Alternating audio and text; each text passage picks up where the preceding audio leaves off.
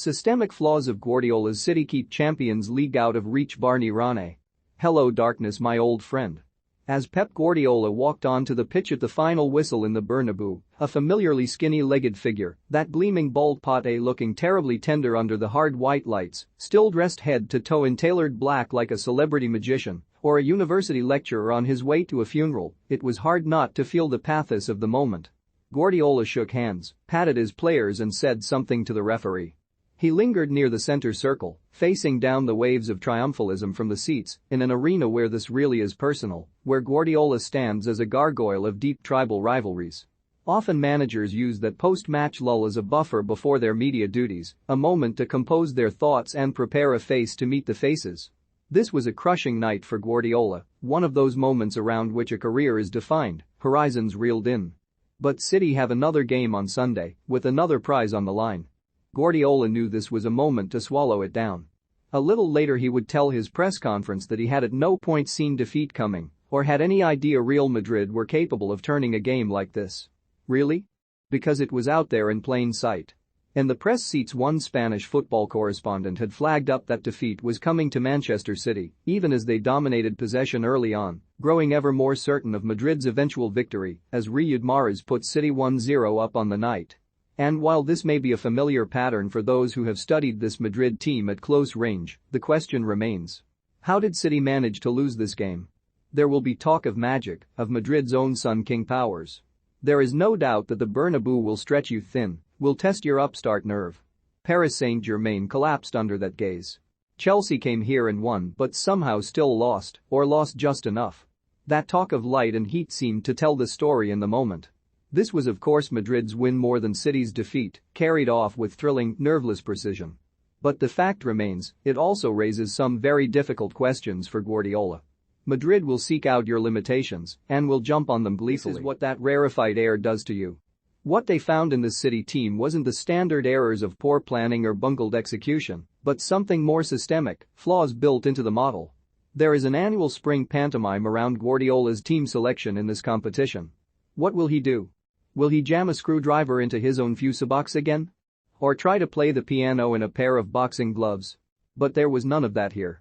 Guardiola picked his best team, and at times that best team looked like what it is, a beautifully fluid thing utterly committed to its patterns and rhythms. But there are limitations here too. Guardiola has been feted, rightly, as the best pure coach in the world. He misses nothing in preparation. He knows, to an unguessable depth of detail, the textures and patterns the rest of us simply watch from the sidelines. This is what makes his willingness to accept his team's weaknesses so fascinating. Why didn't City win? Because they kept on refusing to kick or head the ball into the goal, missing at least 8 very good chances in a tie they lost by 1 goal. This is not bad luck or an off day. This is profligacy by design. It is still startling that Guardiola's squad doesn't contain a single player whose chief skill, whose specialism, is scoring goals. And yes, City function so well as a team precisely because they don't play with an orthodox striker. It is the overload in midfield that allows them to create all these chances in the first place. The system works. But pragmatism is also a strength, and that lack of cutting edge, of a one-punch knockout artist, while intellectually uninteresting to Guardiola, is a weakness in these moments. More prosaically, City's players just looked tired on Wednesday night. The squad has depth, but not much depth. It feels like another part of Guardiola's absolutism, that the same core have tended to play most key games. The same refusal to bend was there in his use of his subs at the Bernabeu. Early on it seemed the story of the night might be Kyle Walker's fine performance curtailing the menace of Vinicius Jr. Instead City lost the game after Walker's injury. Guardiola brought on Alexander Zinchenko to play left back and swapped Joao Cancelo, rejigging both his full backs in the cause of remaining decisively Pep. Bringing on Nathan Ake would have acknowledged this was a moment to contain and spoil, to spend 18 minutes damming up that side. Both of Madrid's late goals came from those loosened flanks. It might seem perverse to find fault with a systems team playing like a systems team, to urge the current group of serial league champions to junk all that stuff and go for the throat. But knockout football at this level also takes you into these strange emotional spaces.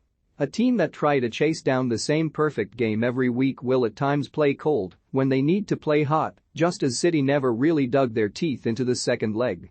Perhaps that fragility is also a function of where the club has come from. It's not an insult to state this City team is a construct. Guardiola's success has been to install culture and method into something that is just over a decade old.